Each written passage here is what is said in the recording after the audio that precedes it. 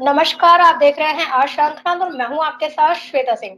BPSC का मुद्दा क्या है, क्यों बीपीएससी एई को लेकर छात्र आंदोलन कर रहे हैं, इसी विषय को लेकर आज हमारे साथ चर्चा में जुड़े हैं पीयूष पराशर जी और साथ ही निखिल हमारे साथ जुड़े हैं। बहुत बहुत स्वागत है आपका आज शांतनाद में। मैं आपसे जानना चाहती हूँ निखिल की बीपीएससी असिस्टेंट इंजीनियरिंग का मुद्दा क्या है? Thank you ma'am. मैम, जैसा कि मैं बता दूं, बीपीएससी एई का हमारा जो असिस्टेंट इंजीनियर का एग्ज़ाम होता है सिविल मैकेनिकल इलेक्ट्रिकल का, वो हमें 4 और 2 6 पेपर का एग्ज़ाम होता है। ठीक है मैम।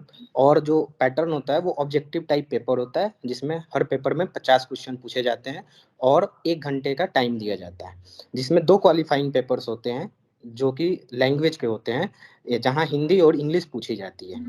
उसके बाद जनरल इंजीनियरिंग साइंस का एक पेपर होता है, और उसके बाद आपको एक जीके जीएस का पेपर होता है और 2 टेक का पेपर होता है। अगर कोई बंदा सिविल का है तो वो सिविल का पेपर देगा, कोई मैकेनिकल का है तो वो मैकेनिकल का देगा, कोई इलेक्ट्रिकल का है तो वो इलेक्ट्रिकल का पेपर अपीयर करेगा।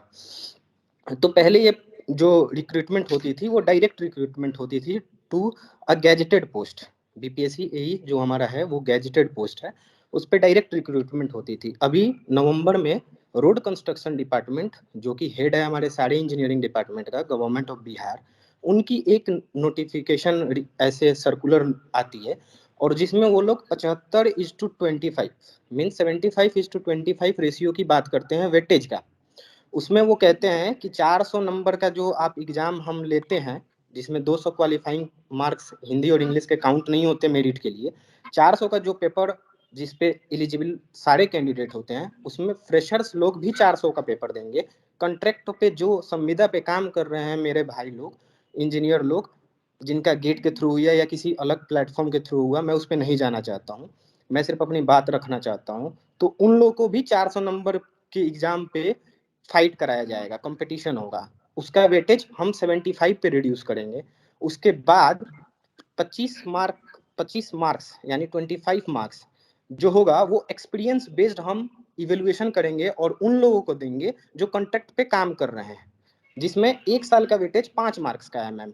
तो अगर किसी ने सपोज 5 साल काम किया है बिहार सरकार या जो भी उनका लिस्ट है उसमें किसी ऑर्गेनाइजेशन के अंतर्गत, तो उनको 5 × 5 25 मार्क्स का वेटेज पहले से मिल चुका है।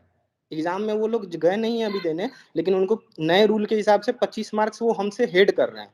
एज ए मैं फ्रेशर अभी नॉन वर्किंग अगर एस्पिरेंट हूँ, या इन जस्ट मैंने 22 में पास आउट करा है, कोई 20 का पास आउट होगा, कोई 2019 का पास आउट होगा, तो जो लोग काम नहीं कर रहे हैं उनकी आवाज़ मैं उठाना चाहता हूँ आपके न्यूज के माध्यम से। और आगे मैं जारी रखते हुए मैं अपनी बातों को 2 मिनट के अंदर पूरा भी करूंगा। तो मैं बता रहा था कि 75 और 25 का जो वेटेज चल रहा था, उसमें 25 मार्क्स पे वो हमसे लीड कर चुके हैं। एग्जाम अभी नहीं हुआ है लेकिन वो लीड कर रहे हैं न्यू रूल में। उसके बाद क्या होता है मैम कि अगर हम इमेजिन करें कि एक टॉपर बंदा जो फ्रेशर का है वो पढ़ता है, ठीक है, वो 340 मार्क्स लेके आता है या 350 मार्क्स लेके आता है, तो आप 350 मार्क्स का जब वेटेज निकालोगे आउट ऑफ 75, तो आप क्या करोगे, उसमें 350/400 करोगे, इंटू 75 कर दोगे, तो वो रफली कितना आ जाएगा आपको, 7/8 इंटू आप कर दो 75, मतलब 63 62 60 मार्क्स में रफली ले लेता हूँ। चलिए 60 मार्क्स लेके आता हूँ, मान लेता हूँ कि 200 मार्क्स कॉन्ट्रैक्ट वाले इंजीनियर ने बीपीएससी एई के पेपर में अपना मार्क्स लाया एग्जाम देने के बाद, तो उनको वहां से कितनी मार्क्स वेटेज हो गई, 37.5, हाफ रफली मैं बताना चाह रहा हूँ। उसके बाद उन्होंने 5 साल तक भी बिहार सरकार में संविदा पे काम किया है, तो उनको 25 मार्क्स वो एक्सपीरियंस का भी मिल रहा है। एक फ्रेशर जो मैं हूँ और मेरे जैसे हजार जो अनएम्प्लॉयड यूथ है, वो पूरी तरह से रुक चुके हैं। 60 मार्क्स टॉपर वाले जो बंदे होते हैं वो लाते हैं 320 330 340, वो रुक चुके हैं 60 पे, आउट ऑफ मेरिट 75।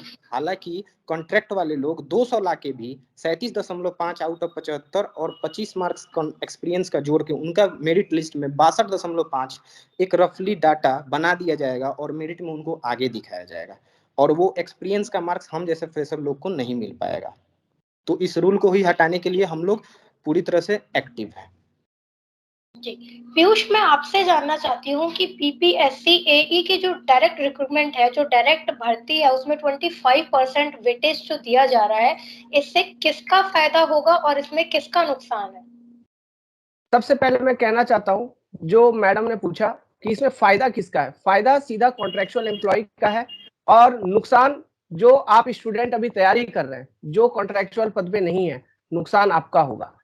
क्योंकि 400 नंबर की एग्जामिनेशन में आप फुल नंबर स्कोर करोगे 400, तो आपका मेरिट बनता है 75% का, और सेम कॉन्ट्रेक्चुअल एम्प्लॉय का भी मेरिट वही 75% का बनेगा अगर वो 400 स्कोरिंग करते हैं। But at the same time उनके पास एक्सपीरियंस बेसिस पर वेटेज है, तो वो वहां पे लीड कर जाएंगे। मतलब दोनों सेम नंबर लाते हो, बट एक्सपीरियंस का वेटेज उनको है, इसलिए वो लीड कर जाएंगे। और इस तरह का रूल किसी भी स्टेट में नहीं है, ये रूल एकदम गलत है, और इसके पीछे कहीं ना कहीं राजनीतिक मंशा हमें दिखती है, और इसलिए स्टूडेंट इस चीज को लेके फाइट कर रहे हैं, और करना भी चाहिए। ये बहुत सेंसिटिव मुद्दा है, क्योंकि ये किसी भी तरह का, किसी भी स्टेट में इस तरह का नियम नहीं दिया गया है।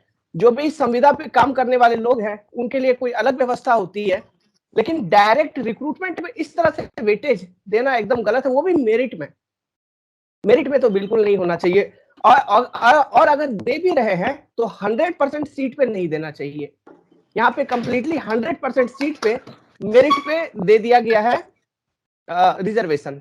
अखिल, मैं आपसे जानना चाहती हूँ कि ये जो रूल है 25% वेटेज का, जो एक्सपीरियंस्ड एम्प्लॉय है उनको लेकर, तो इस रूल के अंतर्गत जो फ्रेशर्स हैं, जो फ्रेशर अभी बच्चे पढ़ाई करके जो आएंगे, तो इस रूल के अंतर्गत तो वो लाइफ टाइम फ्रेशर्स ही रह जाएंगे और बेरोजगारी का ही ठप्पा उनके ऊपर लगा रहेगा। हाँ मैम, क्योंकि देखिए अब आप बिहार में आप देखिएगा तो नीतीश कुमार का जो नीति है वो बहुत ही घटिया किस्म का नीति है। जो नए स्टूडेंट हैं उनके लिए बहुत घटिया नीति है। अब आपको बताते हैं, जैसे कि बिहार में एई में क्या किया गया है कि 25% वेटेज दे दिया गया। अब ये 25% वेटेज सीट पे नहीं है, ये 25% का मतलब है कि एक साल का 25 मार्क्स। यदि कोई लड़का 5 साल कॉन्ट्रैक्ट पे जॉब किया है तो उसको एक साल में 25 मार्क्स, तो 5 साल में 125 मार्क्स। एक साल का 5 अब मार्क्स 400 का यदि एग्जाम हो रहा है, उसमें यदि हम फ्रेशर्स हैं, ठीक है, हम फ्रेशर हैं और 400 में हम 200 नंबर लाए, और कोई कॉन्ट्रैक्ट वाला बंदा है जो 5 साल कॉन्ट्रैक्ट का काम किया हुआ है, वो 100 नंबर लाया, तो उसका 125 ऐड होकर के कितना हो जाएगा, 225, और मेरा तो 200 ही रहा। हमको जॉब नहीं होगा। जॉब किसको होगा? कॉन्ट्रैक्ट वाले को जॉब होगा। अब मेरा ये मानना है कि जब कॉन्ट्रैक्ट वाले को जॉब की आवश्यकता थी तब तो उनको जॉब दिया गया। ऐसा तो नहीं है कि बिहार सरकार उनको जबरदस्ती बुला करके नूनू आओ बाबू आओ तुम जॉब कर लो, बाद में तुमको हम आरक्षण दे देंगे, ऐसा तो बात नहीं था। ये क्या किया गया कॉन्ट्रैक्ट वालों के द्वारा? ये कॉन्ट्रैक्ट वाले क्या किए, अपना एक एसोसिएशन इंटरनली बनाए पैरेलली, और जो बिहार के मंत्री हैं उनको ये पैसा खिला दिए, और बिहार के मंत्री पैसा खा करके इसमें वेटेज दे दिए। ठीक है, सारा मामला किसका है? सारा मामला है घुसखोरी का, करप्शन का। ठीक है, क्योंकि चोर चोर मौसेरा भाई, बिहार में जो चोर चोर मौसेरा भाई वाला एग्जाम्पल है वही है यहाँ पे। हम चोर तुम भी चोर, आ जाओ मिलके आएंगे। जी जी बिल्कुल। मैं निखिल आपसे जानना चाहती हूँ कि टोटल कितने लोग हैं जो संविदा पर काम कर रहे हैं एई के पोस्ट पर? मैम हम लोगों ने एक आरटीआई फाइल करा था, हमारे दोस्त ने, जहाँ तक मुझे इन्फॉर्मेशन है उस आरटीआई के थ्रू, तो मोर देन 2000 प्लस कैंडिडेट्स ऐसे हैं जो कॉन्ट्रैक्ट बेसिस पे अभी बिहार गवर्नमेंट में वर्क कर रहे हैं। अब आप ही बताओ कि बीपीएससी एई की एक तो वैकेंसी आती है लिमिटेड 200 300 400, और वो वैकेंसी ये लोग देते हैं 2 से 3 साल में। अब अगर 2 से 3 साल में 200 300 सीट्स आती हैं और फ्रेशर्स 10,000 20,000 से ऊपर लोग फॉर्म गिरती है एग्जाम के लिए, उनका भी आप देखो सीन। उसके बाद क्या सीन है कि 200 300 जब सीट्स ही आएंगी आपको बीपीएससी एई में, और 2000 से ज्यादा लोग ऑलरेडी कॉन्ट्रैक्ट पे काम कर रहे हैं, और वेटेज भी पैसे लेके उनकी फेवर में कर दिया जाता है, तो पहले तो ये सरकार उन कॉन्ट्रैक्ट पे जो काम कर रहे हैं इंजीनियर्स उनको पहले सेटल कराने में लगी हुई है। वो हमारे जैसे फ्रेशर्स को की हक के लिए कहाँ लड़ रही है? सोचने वाली बात है। और दूसरी बात, मैं इसमें कंटिन्यू करते हुए मैं एक बार और बोलूंगा कि कोई भी भारत में राज्य में ये बीपीएससी जैसा एई का जो होता है एग्जाम होता है, कोई भी स्टेट पीएससी में आप उठा के देखोगे तो हर जगह डायरेक्ट रिक्रूटमेंट होती है, ये रेगुलर रिक्रूटमेंट होती है।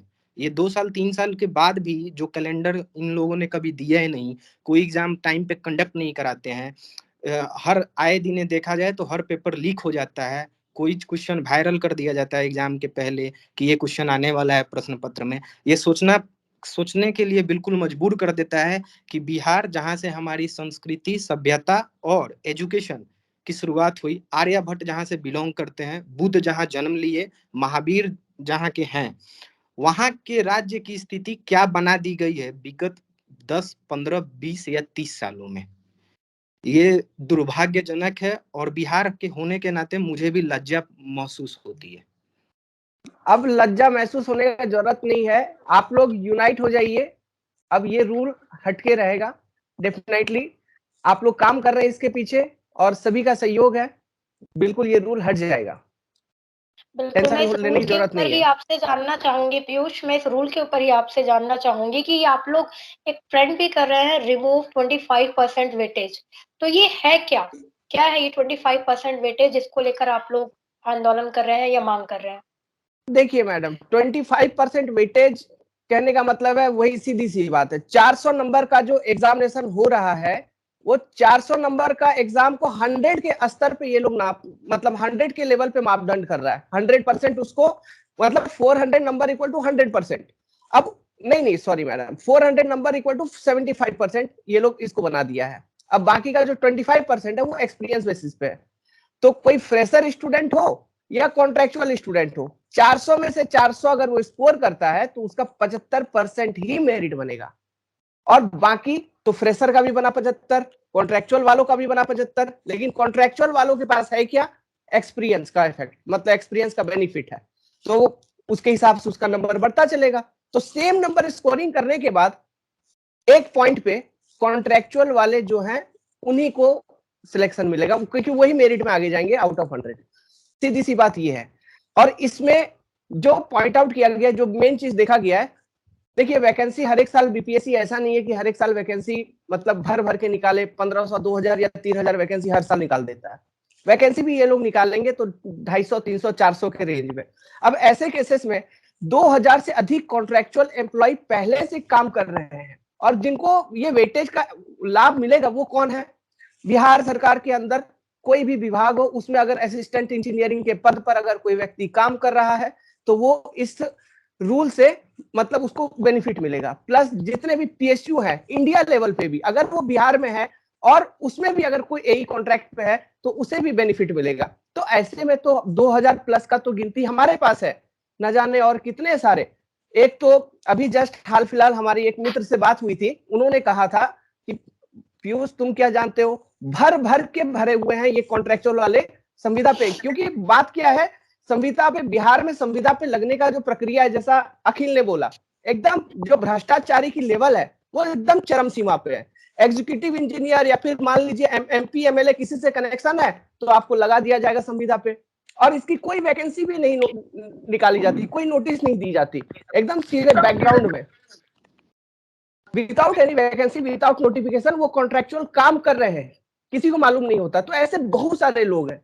तो कहीं ना कहीं ये सरकार जो 40 से 50 हजार यूथ अभी प्रेजेंटली अनएम्प्लॉयड है, बीटेक, सिविल, मैकेनिकल और इलेक्ट्रिकल इंजीनियर्स, इनको छोड़कर कुछ चंद घुसखोर कॉन्ट्रेक्चुअल वाले जितने भी लोग हैं जिन्होंने पैसा खिलाया है, इनके बेनिफिशियरी में रूल बना के इन लोगों को आउट किया जा रहा है। बस सीधी सी बात यही है, जो कि अन्याय है स्टूडेंट के साथ, ये नहीं करना चाहिए। जी बिल्कुल। अखिल मैं आपसे जानना चाहती हूँ कि बीपीसी के अंतर्गत लगभग कितनी संख्या में छात्र अप्लाई करते हैं? आप लोगों ने बताया पोस्ट बहुत ही कम होते हैं, गिने चुने होते हैं, और साथ ही ये भी मैं आपसे जानना चाहती हूँ कि क्या बिहार में शिक्षा पर राजनीति हावी है? बिहार में शिक्षा पे राजनीति ही नहीं, जातिवाद भी हावी है और घुसखोरी तो चरम सीमा पे है। ठीक है, यहाँ बीपीएससी में जात के नाम पे सेटिंग भी होता है कि तुम, ये कोई मुख्यमंत्री है तो यदि वो कुर्मी कास्ट का है तो वो अपने कास्ट का जो है डायरेक्ट सेटिंग करता है उसमें। आरसीपी सिंह इससे पहले जो थे वो डायरेक्ट सेटिंग करते थे। ठीक है, हम डायरेक्ट नाम बोल रहे हैं आपको।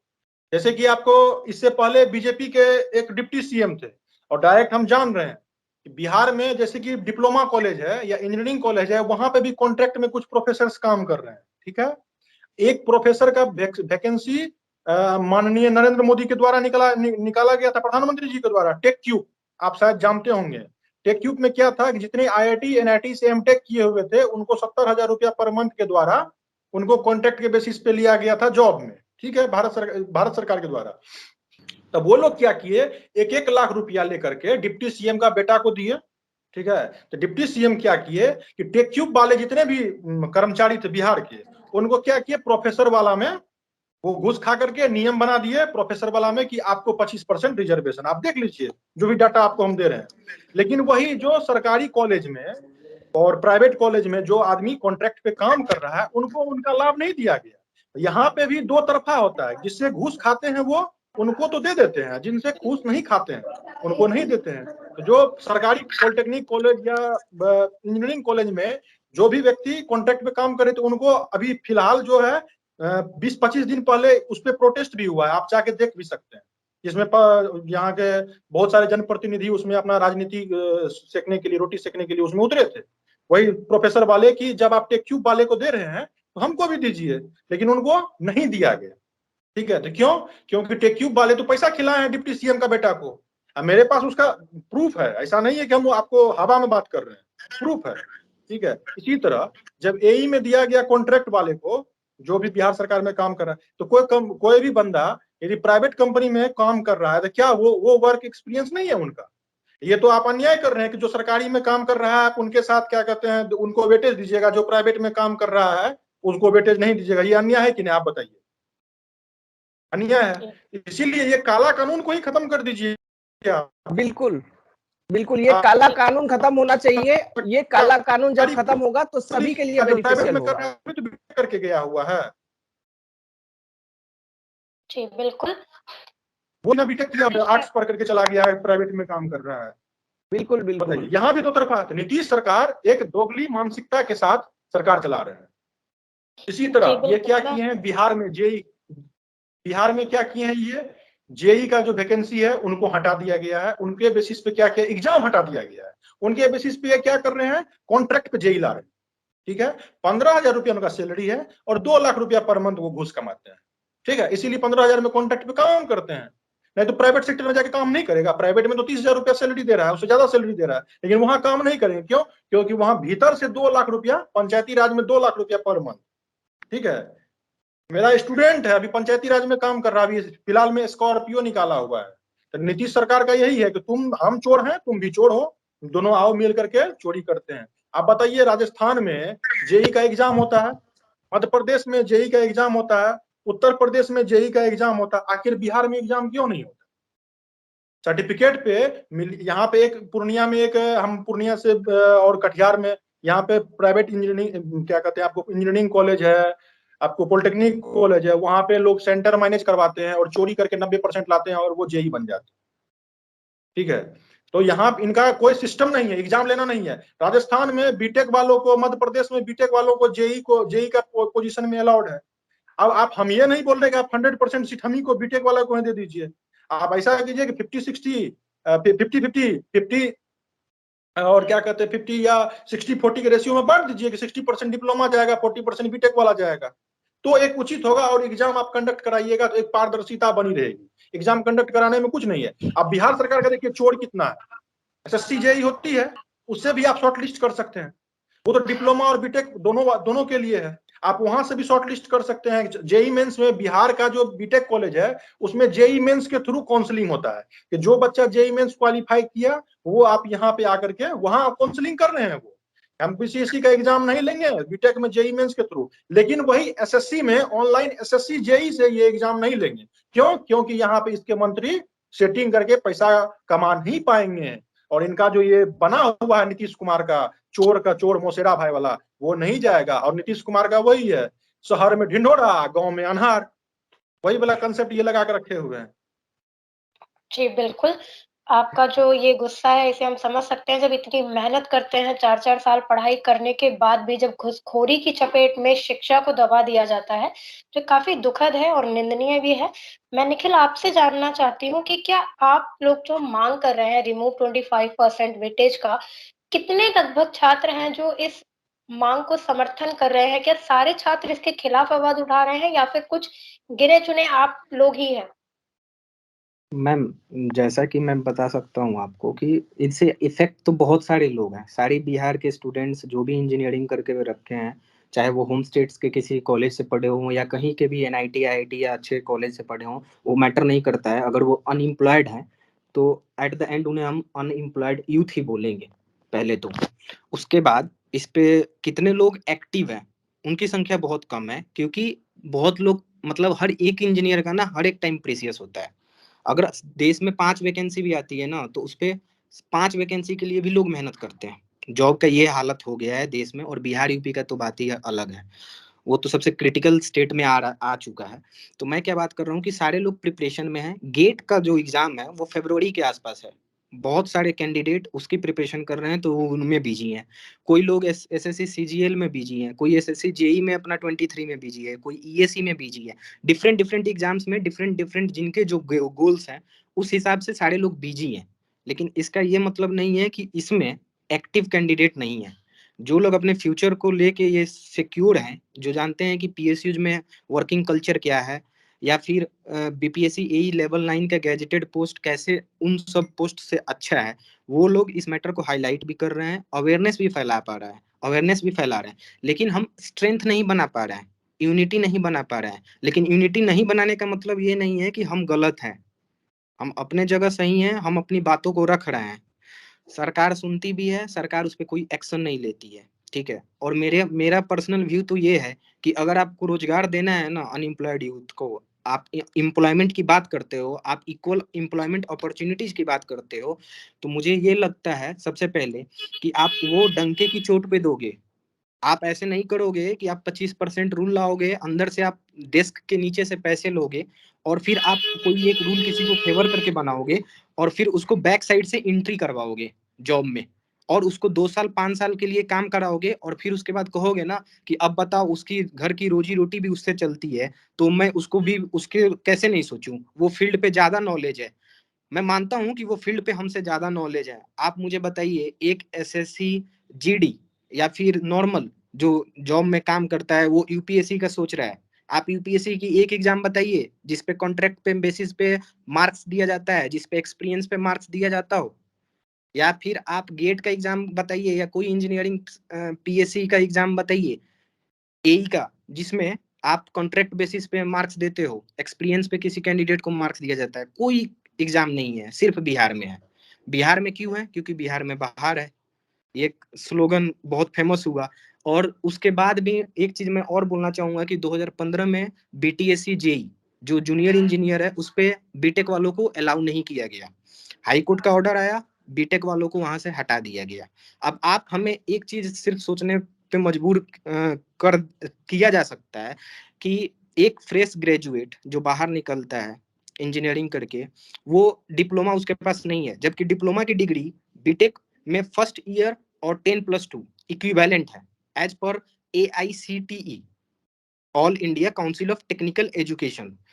वो मानता है कि 10+2 और बीटेक में जो लोग हैं उनका first year equivalent to diploma. लेकिन डिप्लोमा वाले कहते हैं कि हम डिग्री अलग है हमारी, बीटेक वाले कहते हैं बीटेक वालों को अलग से लीजिए, इनका कुछ अलग इंतजाम कीजिए। हमको जेई से निकाल दिया जा रहा है, हमको अब एई से निकाल दिया जाएगा।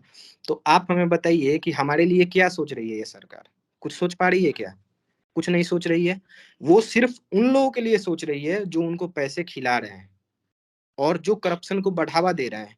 आज के डेट में, जैसा मेरे एक सहपाठी ने बताया आपको, कि पंचायती राज का एक कैंडिडेट 15,000 20,000 पे कॉन्ट्रैक्ट पे काम करना चाहता है, और उसे अंदर से अंदर करप्शन 2-3 लाख रुपए मिल रहे हैं। बिल्कुल सही बात है। मैं अपने बगल के डिस्ट्रिक्ट में देखता हूँ, अपने डिस्ट्रिक्ट में देखता हूँ, हर जगह देखता हूँ। करप्शन का लेवल इतना बढ़ चुका है कि एक छोटा सा पोस्ट पे काम करने वाला व्यक्ति भी बिना करप्टेड मनी के कोई काम नहीं करना चाहता है। और ये सरकार की नाकामी है। अब आप इस नाकामी का ठीकरा फ्रेशर्स, अनएम्प्लॉयड यूथ या इंजीनियर या ग्रेजुएट पे क्यों फोड़ना चाहते हैं? जी, बिल्कुल। मैं एक चीज़ जानना चाहती हूँ पीयूष जी आपसे, जैसा कि अभी बताया निखिल ने क्या इसका एक मुख्य कारण ये है कि इस चीज़ के खिलाफ ये जो आप लोग काला कानून जिसे बोल रहे हैं, इसके खिलाफ बहुत ज़्यादा संख्या में लोग बात नहीं कर रहे हैं या बहुत ज़्यादा समर्थन खुद छात्रों का नहीं मिल रहा है, तो इस वजह से भी सरकार इसको दरकिनार कर रही है कि इस पे ज़्यादा लोग तो बातचीत कर नहीं रहे या ज़्यादा लोग इसके खिलाफ बोल नहीं रहे हैं, तो क्या एक ये कारण हो सकता है? देखिए मैडम, एक्टिव तो स्टूडेंट एक्टिव पार्टिसिपेशन तो दिखा रहा है डेफिनेटली। अगर एक्टिव पार्टिसिपेशन नहीं दिखाते तो आज जो हमारी बात इस मंच पे हो रही है, इस मंच के द्वारा हम लोग प्रेजेंट कर पा रहे हैं, तो वो प्रेजेंट नहीं कर पा रहे होते कहीं ना कहीं। तो मुद्दा तो है, एक्टिव पार्टिसिपेशन भी लोग दिखा रहे हैं और कॉलेजेस तक ये बात पहुंची हुई है। बट जैसा कि निखिल ने बोला कि अभी गेट की एग्जामिनेशन है, स्टूडेंट आज के टाइम पे बेरोजगार स्टूडेंट का तो जिंदगी ही अलग होता है, और खास करके इंजीनियरिंग एस्पिरेंट का तो हालत ही बहुत खराब कर दिया गया है। बहुत तरह के वैकेंसीज नहीं आते हैं और मजबूरन इंजीनियरिंग स्टूडेंट्स को नॉन टेक्निकल वैकेंसीज के लिए पढ़ाई करना पड़ता है। तो बिजी शेड्यूल रहता है एक इंजीनियरिंग स्टूडेंट का डेफिनेटली, बट एक्टिव पार्टिसिपेशन तो है। क्योंकि जो हम लोग अभी प्लानिंग कर रहे हैं आगे चल के कि हम लोग लीगल अप्रोच फॉलो करेंगे इसको लेके, और डेफिनेटली ये हमारी फेवर में आएगी, क्योंकि लीगल जो कोर्ट है वो भी जो राइट प्रैक्टिस होती है उसी को फॉलो करती है। तो जो राइट प्रैक्टिस है वो राइट प्रैक्टिस यही है, जैसा सभी स्टेट में किया जा रहा है वही अपने स्टेट में भी लागू किया जाए। तो इस तरह का रूल किसी भी स्टेट में नहीं है, तो ये न्यायालय को जरूर दिखेगा और हमें जरूर न्याय मिलेगी। और एक्टिव पार्टिसिपेशन स्टूडेंट की है, और मैं ये भी इस प्लेटफॉर्म के थ्रू से कहना चाहता हूं कि जो बाबू लोग अभी तक नहीं जागे हो तो अब भी जाग जाओ, नहीं तो इंजीनियरिंग का हालत बहुत खराब हो जाएगा बिहार के अंदर। खास करके अपने घर में तुमको नौकरी नहीं मिलेगा, तुमको भगा दिया जाएगा बाहर, और मजबूरी वहां जाके काम करोगे, वो भी वहां नौकरी नहीं मिलेगी आपको। बाहर और में भी बहुत मुश्किल है। बाहर वाले बोले हैं कि देखिए बिहार से आ जाते हैं एग्जाम देने, एमपीपीएससी का बिल्कुल। एग्जाम देने आ जाते हैं, यूपीपीएससी का आ जाते हैं, जेपीएससी यही का आ जाते हैं, और जहाँ तो बीपीएससी यही भी हमारा एक्टिव। राइट है वहाँ हमें बैठने नहीं दिया जा रहा है, या बैठने दिया जा रहा है तो हमको सिलेक्शन से दूर किया जा रहा है। बिल्कुल, मैं यही आपसे जानना चाहती हूँ अखिल कि बिहार में शिक्षा का स्तर बहुत ज़्यादा गिर गया है, ये कहना गलत नहीं होगा। इस वजह से बिहार से छात्रों को पलायन करना पड़ता है, एक अच्छी शिक्षा ग्रहण करने के लिए अन्य राज्यों में, और फिर वहाँ पर बहुत तरह की चीज़ें उन्हें सुननी पड़ती है। तो ये सब चीज़ें देखकर, सुनकर कैसा लगता है? क्या कहना चाहेंगे आप इस पर? अंदर से खून खौल उठता है। कैसा लगेगा? जैसा लगेगा आपको अपना देश से यदि भागा, अपना देश में ही गाली पढ़ा जाएगा तो आपको कैसा लगेगा? वही चीज आपको अपना घर में ही गाली पढ़ा जाएगा, और घर से बाहर निकल रहे हैं आपको अपने घर के बारे में ताना सुनना मिल रहा है, कैसा घर में तुम रह रहा है, तो कैसा लगेगा? वैसा ही लगता है। लेकिन क्या करेंगे, मजबूरी रहता है। अब जैसे अब आपको बता रहे हैं कि डिप्लोमा वाले हल्ला कर रहे हैं कि हमको रिजर्वेशन सीट चाहिए, रिजर्व सीट चाहिए। एसएससी में सीएचएसएल और एमटीएस एक पोस्ट होता है। एसएससी में एमटीएस 10th लेवल का पोस्ट है, क्या उस पे पीएचडी वाले अप्लाई नहीं करते हैं? एसएससी सीएचएसएल होता है, क्या उसमें पीएचडी वाले अप्लाई नहीं करते हैं? करते हैं। आरआरबी जेई, वहां पे क्या बीटेक वाले अप्लाई नहीं करते हैं? एमटेक वाले अप्लाई नहीं करते हैं? तो बताइए आप, तो फिर ऐसा कानून बनाइए कि जब जेई का पोस्ट है तो क्या कहते हैं, जैसे आरआरबी जेई है तो एमटेक वाला को अलाउ नहीं कीजिए, तब आप एमटेक वाला कहाँ आएगा? नहीं आएगा। ऐसा कानून हो ही नहीं सकता है ना। सुप्रीम कोर्ट का वर्डिक्ट है, आप निकाल करके देख सकते हैं। सुप्रीम कोर्ट का वर्डिक्ट है कि उच्च शिक्षा जो है किसी भी जॉब के लिए बाधा नहीं है। तो यहाँ नीतीश कुमार क्या कर रहे हैं कि उच्च शिक्षा मतलब बीटेक यदि है तो आप डिप्लोमा वाला पोस्ट पे नहीं जा सकते हैं, मतलब आपका बाधा। ऐसा नहीं है। अखिल, मैं बिहार में आपसे एक चीज और 2016 जानना तक बीटेक चाहूंगी। वाले। अखिल, मैं आपसे एक चीज और जानना चाहूंगी। अभी आपने नीतीश जी का नाम लिया। नीतीश जी खुद इंजीनियरिंग से ग्रेजुएट हैं, उसके बाद भी अगर वो इंजीनियरिंग के स्टूडेंट्स को नहीं समझ वो पा जिस रहे हैं, समय इसके पीछे क्या समय कारण में, लगता है? देखिए दो कारण है। एक तो आप इंजीनियरिंग किए हैं लेकिन घास छील करके किए हैं, पहला कारण हो सकता है। दूसरा ये हो सकता है कि आप करप्शन में और अपने अगल बगल चाटुकारों से घिरे हुए हैं। ठीक है, एक बार नीतीश कुमार ने कहा था कि हम एग्जाम ऑनलाइन लेंगे, ठीक है, तो उधर से आए उनके मंत्री, बोले सर ये क्या कर रहे हैं खैनी लेटाते हुए, इसमें तो क्या कहते हैं हम पीछे ही चले जाएंगे। तो बस वही है, तो अपने चाटुकार से उनको घिरे रहना है। तो घिरे रहने के कारण ये हम लोग को, स्टूडेंट लोग को भुगतना पड़ता है। ठीक है, क्योंकि बिहार में मैक्सिमम नेता के पास कॉलेज है, अपना इंजीनियरिंग कॉलेज है प्राइवेट का, अपना डिप्लोमा कॉलेज है, और उसके हिसाब से वो वर्कआउट करते हैं। ठीक है। अभी बिहार में आपको हम मैक्सिमम नेता दिखा देंगे जिसका कि अपना कंस्ट्रक्शन कंपनी है। बीटेक वाले अपना कंस्ट्रक्शन कंपनी भी ऑन नहीं कर सकते हैं, क्योंकि जितना क्रिमिनल है, जितना नेता है वो क्रिमिनल, जितना क्रिमिनल था वो नेता बन गया और नेता से वो कंस्ट्रक्शन कंपनी चला रहा है। आपके लिए कुछ नहीं बचेगा। हाईवे के किनारे का जितना जमीन है सब क्रिमिनल लोगों के पास, ठीक है। वेल आम लोगों के लिए नहीं, आम पब्लिक के लिए एक बात मैं कहना चाहूंगा मैडम। हेलो मैम, एक बात कहना चाहूंगा जी। मैं ये कहना चाहता हूं कि अभी जो ये 25% वाला रूल है बीपीएससी एई में, ये काफी गलत रूल है। और माय डियर स्टूडेंट, जितने भी लोग ये वीडियो को देख रहे हैं, इस वीडियो को अधिक से अधिक जगह शेयर कीजिए सबसे पहले, ताकि एक अवेयरनेस फैले कि आप लोगों के साथ क्या गलत हो रही है। और क्योंकि ये डिस्कशन बहुत ही हीट पैदा करने वाली डिस्कशन है और आपके मन में अवेयरनेस फैलाएगा, ये अवेयरनेस जगाएगा, अवेयर करेगा आपको इस रूल से। ये रूल आपके लिए गलत है। जितने भी स्टूडेंट 3rd ईयर और 4th ईयर में हो, सभी के लिए ये रूल गलत है। अपने सीनियर के साथ आओ, मिलो, और जो भी कोर्ट केस हम लोग लगा रहे हैं, प्लस जो भी फिजिकल प्रोटेस्ट के लिए बुलाया जाए, उस वक्त आपको आना है। माइंड प्रिपेयर रहिए, रेडी रहिए, ये बहुत जरूरी है।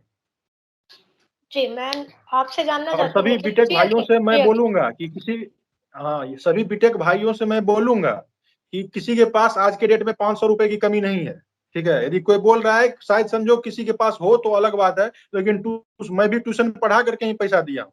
ऐसा नहीं है कि मेरे पास बाप दादा का पूंजी रखा हुआ और वो पैसा मैं दे रहा हूँ। मैं ट्यूशन पढ़ाता हूँ पर डे, उसी से मैं क्या कहते हैं, अभी मैं जहाँ वर्क करता हूँ वहां से मैं पैसा दे रहा हूँ, ठीक है। सबके पास पैसा है, ऐसा नहीं है 500 रुपया। अभी गर्लफ्रेंड पे खर्चा करना हो तो 500 रुपया निकल जाएगा, या लड़की को बॉयफ्रेंड पे खर्चा करना हो तो 500 रुपया निकल जाएगा, ठीक है। सबको निकल जाएगा, बाबू सोना करने के लिए सबको पैसा निकल जाएगा। लेकिन ये काम जो सबके लिए हो रहा है, उसमें पैसा आप लोगों का नहीं निकलता है, जो कि सरासर गलत है। वही डिप्लोमा वालों को देखिए, तुरंत इसके लिए मुड़ी फंड इकट्ठा कर चावल रहे हैं जो आप भी लोग, होता मैं है ये उसको दे जानना देता है। चाहूंगी। Court case madam, court case के लिए हम लोग फंड इकट्ठा कर रहे हैं और हम लोग के पास अभी करीबन 1,10,000 की फंडिंग हुई है, जो भाइयों ने कंट्रीब्यूट किया है, सभी स्टूडेंट्स ने।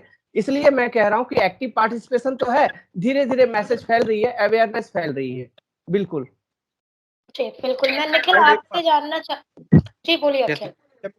हाँ, एक और बात मेरा ये है कि जैसे कि डिप्लोमा वाले हल्ला कर रहे हैं, तो डिप्लोमा तो 10th बेसिस पे होता है, लेकिन बिहार में डिप्लोमा ग्रेजुएशन जो पास कर जाता है वो करता है।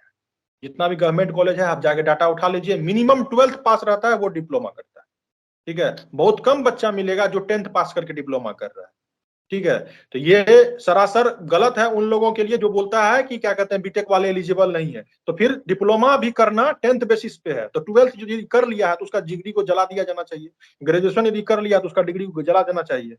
क्या यदि मैं गलत हूं तो बताइए। अब न्यू एजुकेशन पॉलिसी के हिसाब से यदि आप बीटेक में 1st ईयर पास कर गए हैं, 2nd ईयर पास कर गए हैं, तो आपको डिप्लोमा का डिग्री मिलेगा, ठीक है। जाके देख लीजिए जो Narendra Modi new education policy लाए हैं उसमें क्या दिया हुआ है कि जो 2nd ईयर पास किया हुआ है वो उसको डिप्लोमा का डिग्री मिलेगा, ठीक है। तो इसका मतलब हम लोग 2nd ईयर, हम लोग 4था ईयर तक पास कर चुके हैं, हम लोग ऑलरेडी डबल डिप्लोमा कर लिए हैं। तो हम लोग को डिप्लोमा का सर्टिफिकेट न्यू एजुकेशन पॉलिसी के तहत भारत सरकार इशू करे, ठीक है। नहीं तो ये काला कानून जो नीतीश कुमार लाया है इसको खत्म करे। और नीतीश कुमार का क्या है कि जो जिसको कैसे खुश करना है जनता को वो जानती है। जनता का वोट बैंक का पॉलिसी है कि पढ़ना नहीं पड़े, बिना पढ़े हुए हमको नौकरी मिल जाए। मेरा बिहार में डिप्लोमा में अंडर 100 रैंक था और बीसीएसई में भी मेरा अंडर 1000 रैंक था। तब हम जाकर के यहाँ पे क्या कहते हैं एडमिशन लिए हैं, बीसीएसई से बीटेक किए हैं। ऐसा नहीं है कि हम लोग घास छील करके बीटेक किए हैं। नीतीश कुमार के साथ दो ही कंडीशन है बता दिए, वो खुद इंजीनियर है, या तो वो घास छील के इंजीनियरिंग किए हैं या उनका अकल जो है अब सठिया गया। जी बिल्कुल, आपने नीतीश जी के ऊपर जो भी बताया, न्यू एजुकेशन पॉलिसी पे फिर कभी हम चर्चा करेंगे। जल्दी से लास्ट के 2 आखिरी सवाल मैं करना चाहती हूँ, समय भी हो रहा है। निखिल, मैं आपसे जानना चाहती हूँ कि शिक्षा का स्तर बिहार में गिर रहा है, क्या इसका एक कारण ये भी है कि बिहार के डिप्टी सीएम तेजस्वी यादव खुद ही बहुत ज्यादा पढ़े लिखे नहीं है, उनके बारे में कहा जाता है 9वीं फेल है, इसलिए वो शिक्षा का महत्व नहीं समझ पा रहे हैं और इस वजह से बिहार में शिक्षा का हाल जो है वो बेहाल हो रखा है। मैम, मैं किसी के पर्सनल वो कटाक्ष नहीं करूंगा या व्यंग नहीं करूंगा कि कौन मैट्रिक पास है या एक मिनट व्यंग का क्या, ये चीज जो कॉन्ट्रेक्चुअल वाला रूल आया है, ये तेजस्वी यादव जी के आने के बाद ही आया है। हाँ सीधी सी ठीक है बात सर, तो मैं वही उस है। बात मैं उस बात को कवर कर रहा हूँ। मैं बस एक बात इस पे ये बोलना चाहूंगा कि उन्होंने अपने वादे की जो लिस्ट बनाई कि सरकार में जब हम आएंगे लगभग अगस्त 2020 में, तो उन्होंने कहा 10 लाख रोजगार देंगे, पहले कैबिनेट में साइन करेंगे उसी पेन से, ठीक है। उनका वो वादा गलत था। उसके बाद उन्होंने, वो हेड करते हैं रोड कंस्ट्रक्शन डिपार्टमेंट को, ठीक है। वो तो खुद नहीं पढ़े लिखे हैं। अब उनके आसपास कैबिनेट में कौन लोग हैं ये जानना जरूरी है। उनके आसपास के कैबिनेट में बहुत सारे सेक्रेटरी हैं, या फिर बहुत सारे ऐसे लोग हैं जो बीपीएससी क्वालिफाई करके ऊपर तक पहुंच के बैठे हुए हैं। वे लोग पढ़ते हैं नॉन टेक्निकल सब्जेक्ट्स, ठीक है। हम पढ़ते हैं टेक्निकल सब्जेक्ट्स। अब उनको ना हमसे चिढ़ मच गई है। अब वो कह रहे हैं ना कि टेक्निकल वाले लोग हैं ना, इनको हम आगे नहीं बढ़ने देंगे, ठीक है। बैक साइड से एंट्री करेंगे, और जो करप्शन हम पहले से कर रहे हैं उसको और आगे करना है, तो इसके लिए भाई रूल बनाओ। रूल कैसे बनाओ? तो क्या करो ना, एग्जाम तो सबको देने दो, इनको देने दो, इनका सिलेक्शन होने का चांस ही मिटा दो। ऐसा रूल लेके आ जाओ। मैम 75-25 के जगह पे मैं कहना चाहता हूँ कि वो 85-15 भी हो सकता था, वो 90-10 भी हो सकता था, वो 80-20 भी हो सकता था। तो ये 75-25 मतलब 4 भाग में 3 भाग और 1 भाग। आप समझ रहे हो कितना बड़ा डिफरेंस है ये? अगर किसी ने अच्छे से पढ़ाई पढ़ाई की होगी, तो 1 मार्क्स या 0.5 मार्क्स या 0.33 मार्क्स से आजकल एग्जाम छूट जाता है लड़कों का, सेलेक्ट नहीं हो पाते, जॉब छूट जाती है, प्रीलिम्स नहीं होता, किसी का मेंस नहीं होता, किसी का इंटरव्यू हो गया, वो 1 मार्क से फाइनली सिलेक्ट नहीं हो पाता। 1 मार्क की उतनी कीमत है, आप 25 मार्क तो फ्री में दे देते हो, पहले से ही दे रहे हो उनको, तो हमारी सिलेक्शन के चांसेस आप ऑलरेडी एलिमिनेट कर रहे हो at the start of, even at not at the start of the examination, before examination itself you are eliminating our chances. So right now from your medium I will just urge, मैं सिर्फ एक अर्ज कर सकता हूँ, request करूंगा कि इस रूल को न लाइए, सबको इक्वल अपॉर्चुनिटी दीजिए, जिसमें जो टैलेंट है जो मेरिट है उसको वो चीज मिल जाए, करप्शन को कम किया जाए। बिहार में करप्शन बहुत ज्यादा बढ़ चुका है।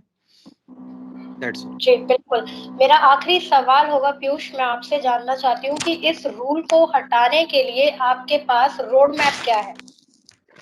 रोड मैप मैम अभी ये है, स्टूडेंट यूनिटी सबसे पहले, और स्टूडेंट यूनाइट हो रहे हैं, और धीरे धीरे हम लोग ऑनलाइन प्लेटफॉर्म की मदद से अवेयरनेस प्रोग्राम चला। सेकेंड थिंग है, सबसे पहले जो अभी रिसेंटली होने वाली है, हम लोग लगा रहे हैं कोर्ट केस, और कोर्ट केस लगाने के बाद हम लोग करेंगे time to time physical protest, plus जितने भी जो भी पॉलिटिकल सहयोग हम लोगों को मिल पाए, अभी तक मिलती आ रही है, कुछ कुछ पॉलिटिकल सहयोग मिली है, और वहां से ज्यादा कुछ पार्टिसिपेशन नहीं दिखा, मतलब ज्यादा कुछ एक्टिवनेस नहीं मिला, एक्टिव पार्टिसिपेशन नहीं मिला। और लेकिन आगे आने वाले समय में अगर हम लोगों को पॉलिटिकल सपोर्ट भी मिलती है तो हम लोग उसके तरफ भी देखेंगे, क्योंकि ये बात हाई लेवल तक है। तो हम स्टूडेंट तो बस अर्ज कर सकते हैं और हम लोग लीगल वे में जा सकते हैं, बाकी अगर पॉलिटिकल ये मैटर हो तो वो ज्यादा और बेनिफिशियल होगा। तो हमारा ये रोड मैप रहने वाली है। हम लोग से और हम ज्यादा लोग डेवलप और हम लोग जाएंगे इंजीनियरिंग कॉलेजेस में, और इंजीनियरिंग कॉलेजेस में जाके स्टूडेंट को अवेयर करेंगे। इससे रिलेटेड हम लोग अभी टीम बना रहे हैं। सबसे पहले कोर्ट केस लगाएंगे, कोर्ट केस लगाने के बाद हम लोग जाएंगे डिफरेंट इंजीनियरिंग कॉलेजेस में, और वहां के बच्चों को अवेयर किया जाएगा। ये एक फिर रोड मैप है, फिर उनको ग्रुप में जोड़ेंगे। तो इस तरह से धीरे धीरे आगे चलेगा ये प्रोटेस्ट। आप जॉब तो दे नहीं पा रहे हो और आप कॉलेज पे कॉलेज खोल रहे हो। अरे भाई कॉलेज खोल क्यों रहे हो? जब सीट भी 200-300 लाते हो और इंजीनियरिंग में उसमें कॉन्ट्रैक्ट वाले को भी घुसा दे रहे हो, तो फिर आप इंजीनियरिंग कॉलेज खोल क्यों रहे हो? उद्घाटन 2 दिन पहले वो करके आए हैं सीवर से। मुझे तो ये नहीं समझ बिल्कुल में आता है। बिल्कुल।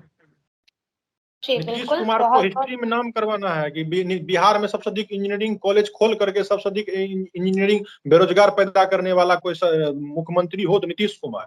ये तो जो अनपढ़ है, अनपढ़ से भी गया गुजरा मुख्यमंत्री, इसको तो पढ़ा लिखा का जबरदस्ती टैग लगा हुआ है। ये अनपढ़ से भी आप पढ़ाई लिखाई से बात कर रहे हैं तो के कामराज का नाम सुने होंगे, कांग्रेस के प्रेसिडेंट भी रह चुके हैं। आज साउथ जो डेवलप्ड है तमिलनाडु, वो उन्हीं की वजह से डेवलप्ड है। नीतीश कुमार पढ़ाई लिखाई कर करके जो है, तो आप खुद पढ़ा लिखा आदमी का टैग लगा करके एकदम जो निठल्ला आदमी होता है, जो अनपढ़ जाहिल होता है, उसके जैसा बिहेव कर रहे हैं। आप बताइए जी, ना, बिल्कुल। थर्ड समय डिवीजन भी हो चुका पास है, करने वाला लड़का आज के डेट में बीटेक मैं कर यहीं रोकना चाहूंगी, बिल्कुल यहीं रोकना चाहूंगी, समय हो चुका है। Okay ma'am. इस विषय पर हम फिर कभी चर्चा करेंगे। आप सभी का बहुत बहुत बहुत बहुत धन्यवाद धन्यवाद। पीयूष जी, निखिल धन्यवाद जी, मैडम। अखिल जी, शुक्रिया ये मैम, बेहद शुक्रिया। दुखद है कि नालंदा विश्वविद्यालय वाले इतिहास के राज्य में, जहाँ जिस राज्य में नालंदा विश्वविद्यालय था, उसका आज शिक्षा के स्तर पर अगर बात की जाए तो हाल बेहाल है। ये बेहद दुखद और निंदनीय है। हमारे सभी दर्शकों का बहुत-बहुत आभार। आप हमारे साथ जुड़े रहिए, देखते रहिए आज श्रृंखला।